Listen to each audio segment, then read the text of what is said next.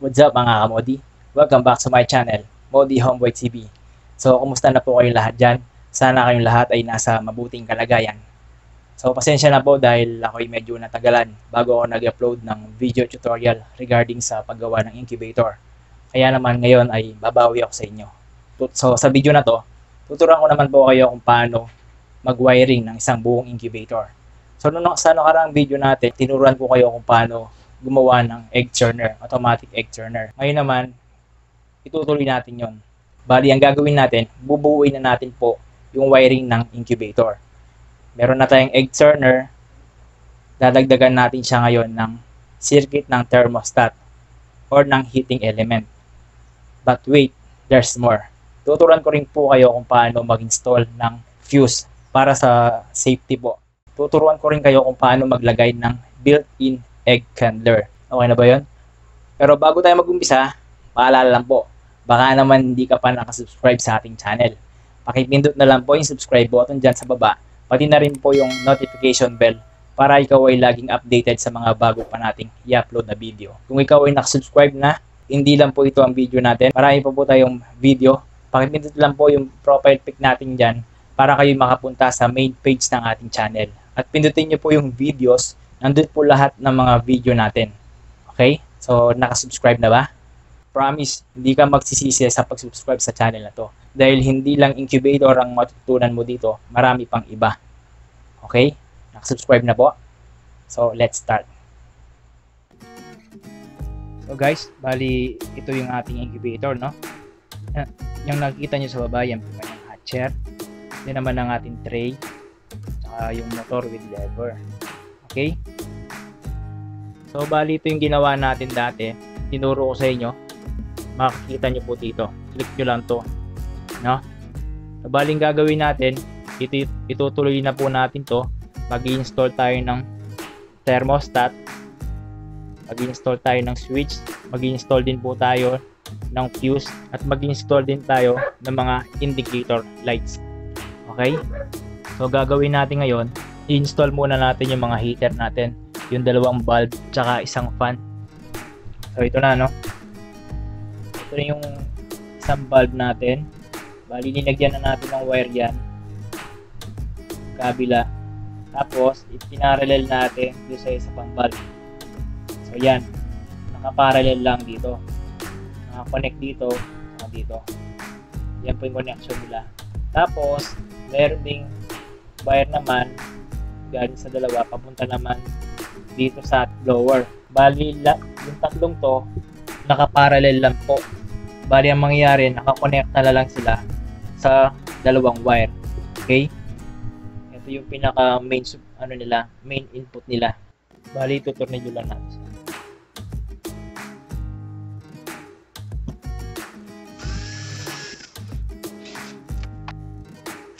Yan po, bali, nailagay na natin yung ating fan.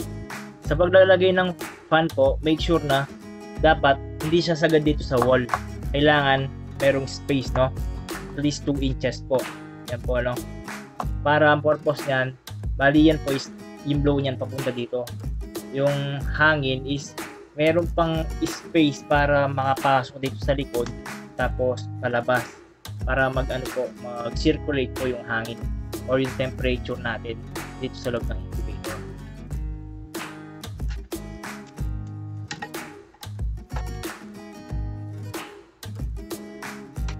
Ayan, nailagay na natin yung dalawang socket. Bali, ito, ilalagay lang natin ito sa fan. Okay. Ayan po. Tapos, ito pinaka supply nila. Papasok lang natin dito. Nagbutas na tayo dito eh.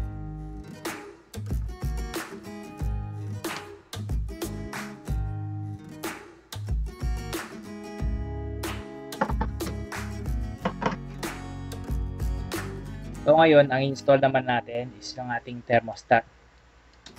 Ito. So ilalagay natin dito sa ating butas. So paano to ikakabit doon? Makapansin nyo, meron tayo mga dito. Ito yung mga pang-lock niya. Okay? Tatanggalin lang natin yan. I-press mo lang to. Press mo lang to yung may mga stripe. Press then slide. So nagla-lock yun dito eh. Katulad din dito, press then slide. Okay? Dapat sakto yung butas na paglalagyan ng ating STC para hindi siya gumagalaw. Tapos, papasok lang natin sa mga dito natin sila pinanggal.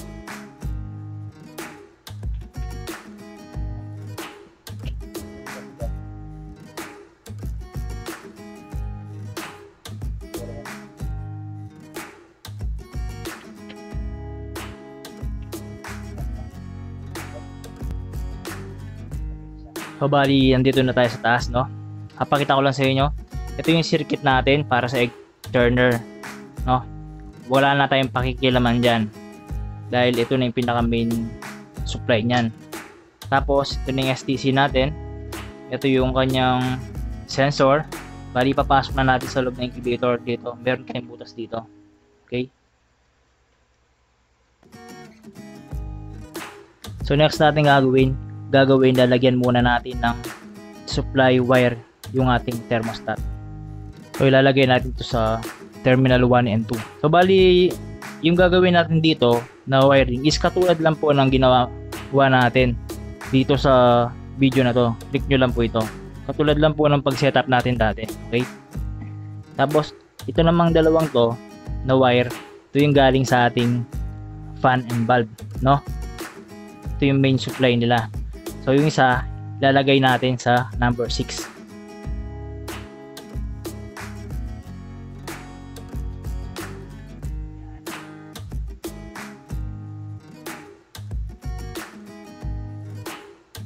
Next natin gagawin, yung wire na to, ilalagay natin sa number 5, tapos kukonect natin sa number 2.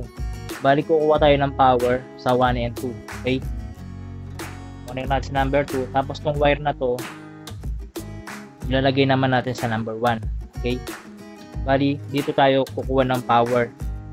Dito kukuha ng supply ang ating bulb at saka fan. Yung wire sa number 5 ilagay sa number 2. Ito, no? Yung dalawang wire na to kasama natin sa 1 and 2.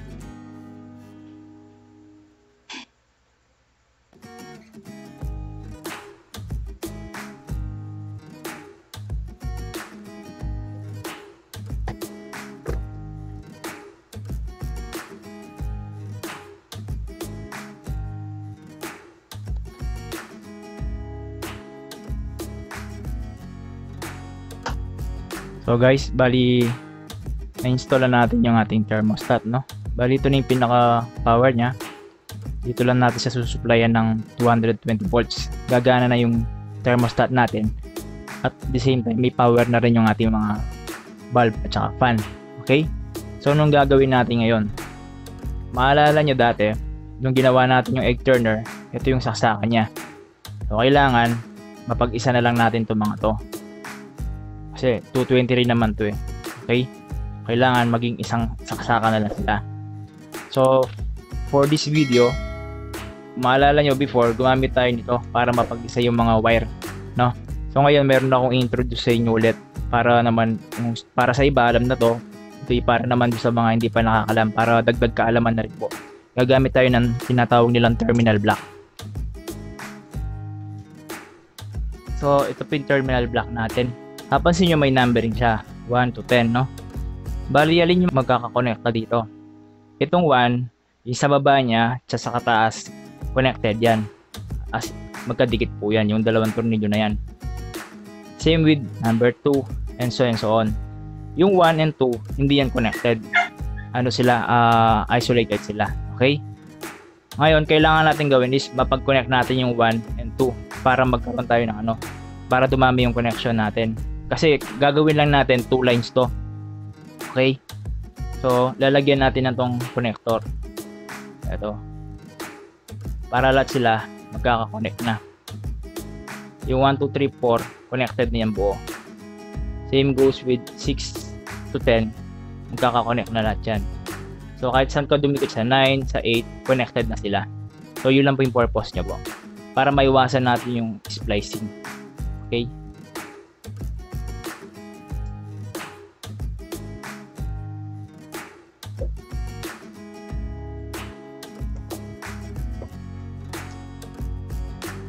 So ito na yung sa thermostat natin, no? Lalagay natin siya sa line 1. So bali yung line 1 natin, tayo na magde-designate, no? Yung line 1 natin dito na lang sa banda sa may 1 2 3 4. Yung line 2 sa 6 7 8 9 10. So connect natin ito sa number 1. Then ito naman sa line 2. So bali dito pinagsasama na natin yung egg turner circuit at saka yung thermostat circuit natin. Yan. Ito naman yung ating egg turner. Okay. So ko-connect natin siya dito at saka dito.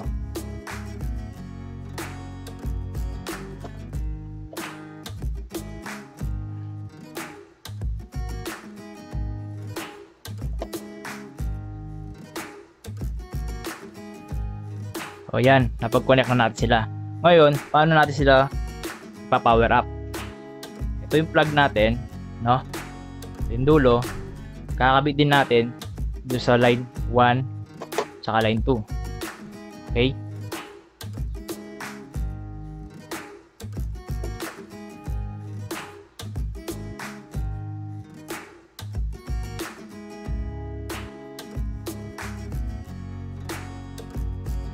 So yan, no? So ngayon, dahil nakarekta na yan, pwede na natin siyang subukan kung gumagana nga ba yung ating incubator. Okay?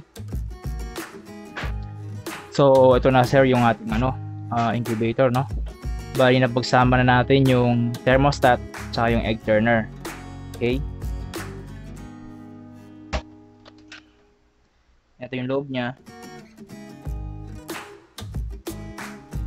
Bali, nasa isang saksakan na lang po sila.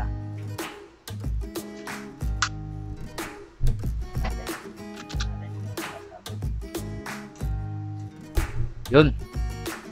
Kumana na. Okay?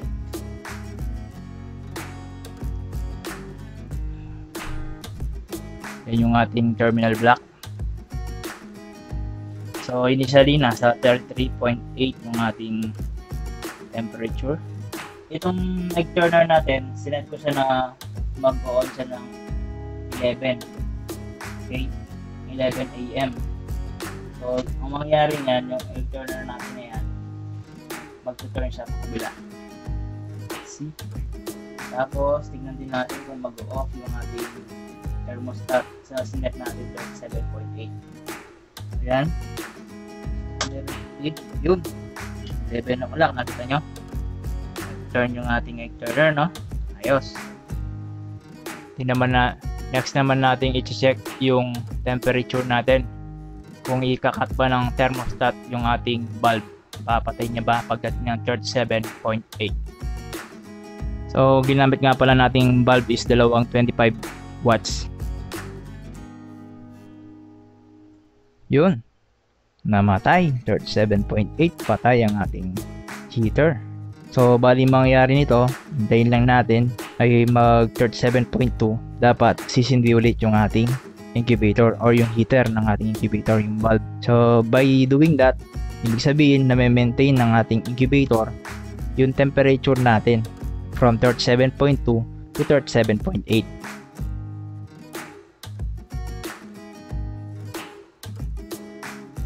Yun, 37.2. Nag-start na ulit yung ating heater, blower, tsaka yung bulb. Yan po, nakasindi na ulit. So, sabihin, okay yung ating thermostat circuit, tsaka yung egg turner. Okay? So guys, yun, no? Tapos na ba tayo? Hindi pa tayo tapos. Marami pa tayong gagawin. Nakita niyo yung mga butas niya, yung 3 butas niya, tsaka sa baba. Yan. Lalagyan pa natin siya ng accessories. Next natin gagawin kung paano maglagay ng switch and fuse. So guys, bago pa nga pala natin siya lagyan ng fuse, check muna natin kung gaano kalakas yung wattage or amperage na kinakain ng ating incubator para malaman natin yung size ng fuse na gagamitin natin. Okay? So meron akong i-introduce sa inyo na gamit. Ito, watt meter tawag nila dito. Pwede siyang, bali available po ito sa Lazada or sa Shopee. Sasaksak lang natin siya. Yan, no? Tapos saksak lang natin dito yung ating incubator. So So yan po, no. Hintayin natin mag-on. So tingnan natin kung alin yung maximum na wattage ng ating incubator. So bali ngayon gumagana na yung kanyang blower. At the same time gumagana na rin yung kanyang dalawang 25 watts, no. So ang kinakain niya lang po is 0.3 amperes. So kung gagamitin natin na fuse, ang pinakamalit kasi na nabili ko is 3.5. Pwede na rin po yun. Okay, kung merong 1 ampere na fuse, pwede rin. Kasi safe na rin yun. Baga, hindi nalalagpas dun yung ano natin, yung current ng ating incubator. So gagawin na po natin yon, mag-install na tayo ng fuse at saka ng switch. So ito yung fuse na gagamitin natin, no. Yan po, no. Tsaka yung switch natin na to. So baka sabihin nyo maliit po yung switch natin. Yung pong specs nito is nasa ano po, kaya pong ano, yung ayan po, 6 ampere 250 VAC. Okay, pinakita ko sa inyo yung basa niyo po yun, no? 3.15 ampere. Bali ilalagay lang natin siya sa fuse housing or fuse case. Ayan lang po siya. So install na natin sila, itong ating switch dito.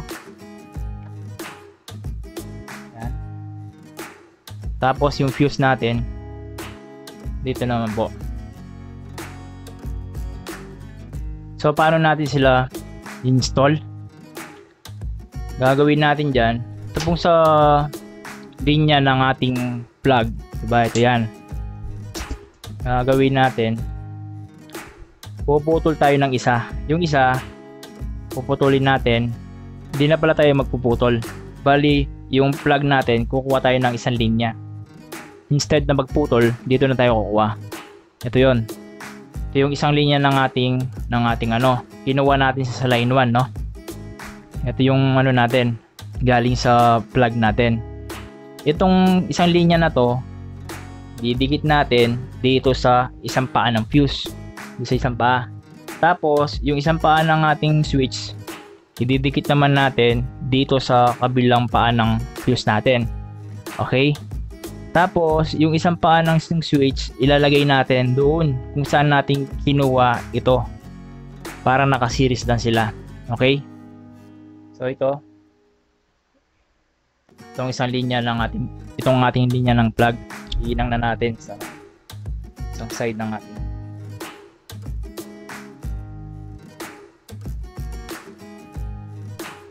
Yung isang side ng ating fuse or ng ating switch, yung isang paa, i-connect natin sa isang paa ng ating fuse.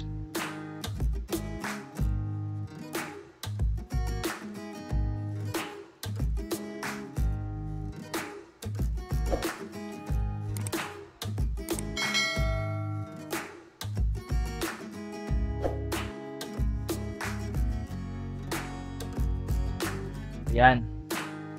Tapos ito, kakabit naman natin to dun sa pinagkuhanan natin ng ating plug kanina, dun sa line 1. Saan yun? Dito. So yan, marunong na kayong maglagay ng fuse tsaka ng switch. So para saan po ba yung fuse na yan? Ang purpose niyan is kapag po nagkaroon ng short circuit, aksidente, nagkaroon ng short circuit sa mga wiring natin, pag kasi may short circuit, tumataas po to the infinity yung current natin. So mangyayari, lalagpas yun sa 3.15 amperes. So mangyayari, bababasted na po yung fuse natin. Mag-stop na po yung supply ng kuryente sa buong incubator. So wala nang mangyayaring wala nang iinit, wala nang masusunog. Ganun po yung purpose ng fuse. And at the same time, kapag po kunwari yung po natin, yung motor natin nasira, no, nagkaroon din ulit ng short circuit doon, isa ring cause po yun. Pag nagkaroon ng short circuit sa motor o kaya sa thermostat, sa mga heater, tataas din po yung current nun, tapos mababasted yung ating fuse. So safe na po yung incubator natin, hindi na po magtutuloy-tuloy yung problema. So next natin gagawin, ilalagay naman natin itong dalawang indicator natin. So ito yung mga gagamitin natin na mga ilaw, no? 220 volts po itong mga to, red and green. So lagay ko na lang sa power supplies yung itong green. Pag may green, ibig sabihin may supply yung ating power, ay yung ating incubator. Tapos pag yung may red naman, ibig sabihin naka-on yung heating lamp natin. Paano sa ilalagay? Ganito lang po sila kadali. Meron silang roscast. Ito, pasok lang.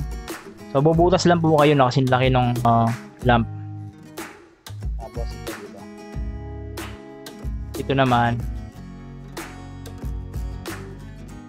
So unahin muna natin yung wiringan yung indicator lamp para sa ating supply voltage, no? Saan natin nilalagay yan? Yung isang pa, i-connect natin dito sa fuse. Yung after ng fuse, okay? So hindi siya direct sa linya, after siya ng fuse. Tapos yung isang pa naman is doon sa kabilang linya ng power supply natin. Dito, okay? Dito yun. Doon natin lalagay. So bakit natin i-connect after ng fuse, no? Bakit hindi na lang doon sa may bago ng fuse? So i-connect natin siya after ng fuse para pag nakailaw siya, ibig sabihin may power tayo. Malalaman mo rin na okay yung fuse, no? Kapag walang power yon tapos nakasaksak, or kapag hindi siya umiilaw pero nakasaksak naman yung ating plug, ibig sabihin busted yung fuse natin kasi walang tumutuloy na kuryente sa kanya. Most likely ganun. Pero na lang kung putol itong ating plug.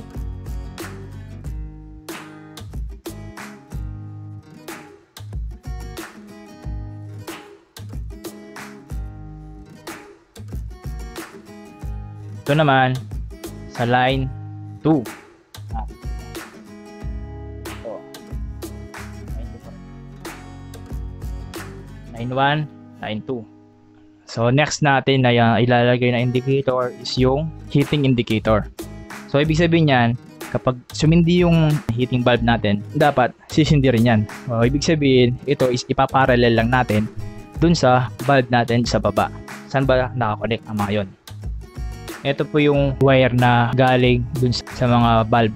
Dito natin itatap itong ating indicator lamp para iparallel. Maglalagay ulit tayo ng wire dito. So yan guys, meron na tayong wire para sa ating heating indicator lamp. Bali magtatap lang tayo dito.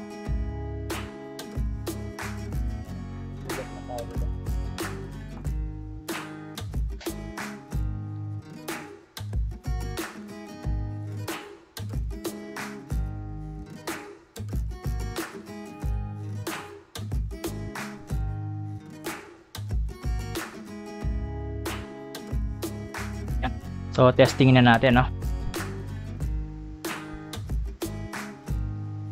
Yan. Naka-on na yung ating korda. Tapos on natin. Yun. Na. See? Yan, naka-on na siya, no? Ito, tingnan natin, no? Lagi siyang on. Indicator na meron siyang supply. Dahil nga sinaksak na natin siya. Indicator din na okay yung fuse natin. No? Ayos yun. Yan o. Yan ako siya. Tapos, pag in-on naman natin tong switch, gagana na yung ating thermostat. At the same time, naka-on yung ating heating element. Yan. On po. Sabihin, naka-on yung heating element natin, naka-on yung indicator natin. Kapag ito naka-on tapos yung hindi uminit, ibig sabihin may mali sa heating element natin, either pundi or putol kung heating coil man siya. Okay? Yan yung purpose ng heating indicator lamp. So patayin natin, no? Yun, no? Kita nyo? Matay siya. Hindi. Okay? So yun lang po yung mga pinaka-importanting indicator sa incubator. Yung power supply indicator, tapos yung heating indicator. Okay? So mga kamodi, next natin ilalagay is ang ating built-in candler. So ito yung napili kong gagamitin natin as candler, LED valve siya, no? So, linagay lang natin siya sa isang socket. Tapos yung socket natin, linagyan na natin ng wire, dalawa. Yung dulo-dulo, no? So, saan natin ko-connect ito? Bali, ko-connect natin to sa ating switch. Hindi ito. Ito. Maalala nyo yung ginawa natin dati? Push button siya. Okay? Yung gagawin natin, yung isang linya ng ating ilaw, ko-connect natin sa line 1, no? Para may doon siya kukuha ng supply. Tapos itong isa nilalagay natin doon sa switch, doon sa common or sa normally open. Kahit saan doon. Gawin muna natin. So ito lalagay natin sa line 1. So yun po, no? Bali, kinoconnect lang po natin sa ating terminal block. Yun. Tapos ito naman, yung isang paa ng ating ilaw, so connect naman natin sa normally open ng ating switch. Dito yun. Ito. Tapos, itong isang wire naman, dun sa common, lalagay natin. Tapos, yung dulo na to, lalagay naman natin sa line 2 ng ating power supply or supply. Ito yan. Okay? So, testingin muna natin ulit. Basta ang tip ko sa inyo, pag may in-install kayo, lagi nyo testingin isa-isa. No? Mahirap kasi kung in-install nyo na lahat, tapos sa bandang uli, dun pala nyo i-testing. So, mahirapan kayo mag-troubleshoot nun kasi marami na nakasalpak. Unlike dito, isa-isa, chine-check natin, tama na may mga kinoconnect natin.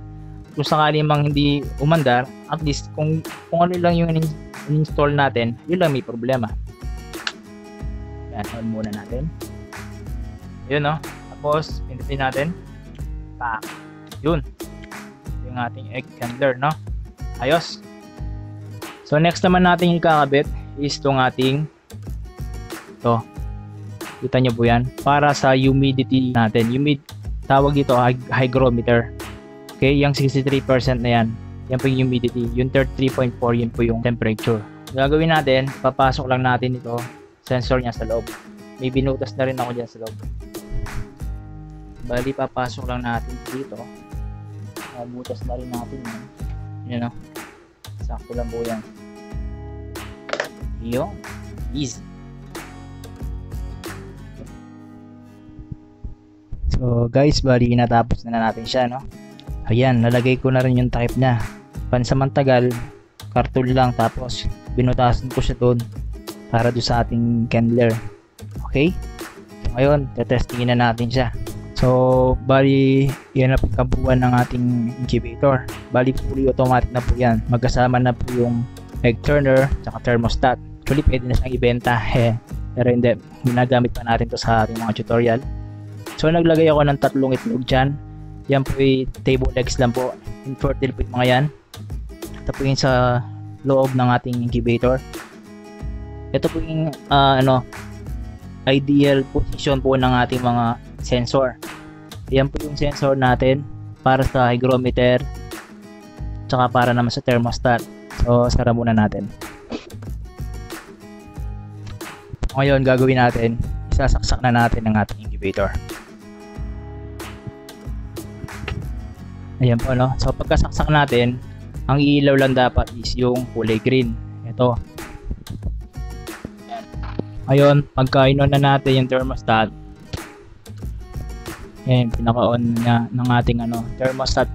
Yun po yung switch po ng ating buong incubator. Ilaw na yung thermostat natin. Tsaka itong ating heater. Ito yung heater natin. Ayan po, nakailaw siya, no? Ayan. Ayos na mga kamodi. Okay, so i-level muna natin. So, kunwari, day 7 or day 10, magka-candler na tayo. Kuha tayo ng itlog isa. Kuha tayo ng isa. Lagay natin. Taas. Tapos, pinitin natin itong switch natin. Yun, no? Kitang-kita, no? Alam natin kung may yan. Pag clear yan, Pag clear po, ibig sabihin, walang laman. Infertile. Ito rin. Ayan. Malinaw. Kasi nga, table eggs po yung mga yan. Pinapakita ko lang paano yung pag-kembler. Ayan o. Ayos ba? Ayos. So, patayin na natin. So, yun po no mga kamodi. May natapos na naman tayong topic sa araw nito. Sana po kayo ay may natutunan sa video na to. At kung nagustuhan nyo po ito, the best way para ako ipasalamatan is to please subscribe to my channel. Makipindot lang po yung subscribe button dyan sa baba. Pati na rin po yung notification bell para lagi kayong updated sa mga bago pa nating video. At para po makita nyo po yung iba nating video, click nyo lang po yung profile pic natin para makapunta kayo sa ating main page ng ating channel. At pindutin yung videos, nandun po yung mga lahat ng video na ating in-upload. Okay? So muli, sa lahat po na nag-subscribe at nanonood ng aking mga video, maraming salamat po. At sa iyo na mag-subscribe pa lang, thank you na rin po. So see you on the next video. Bye-bye!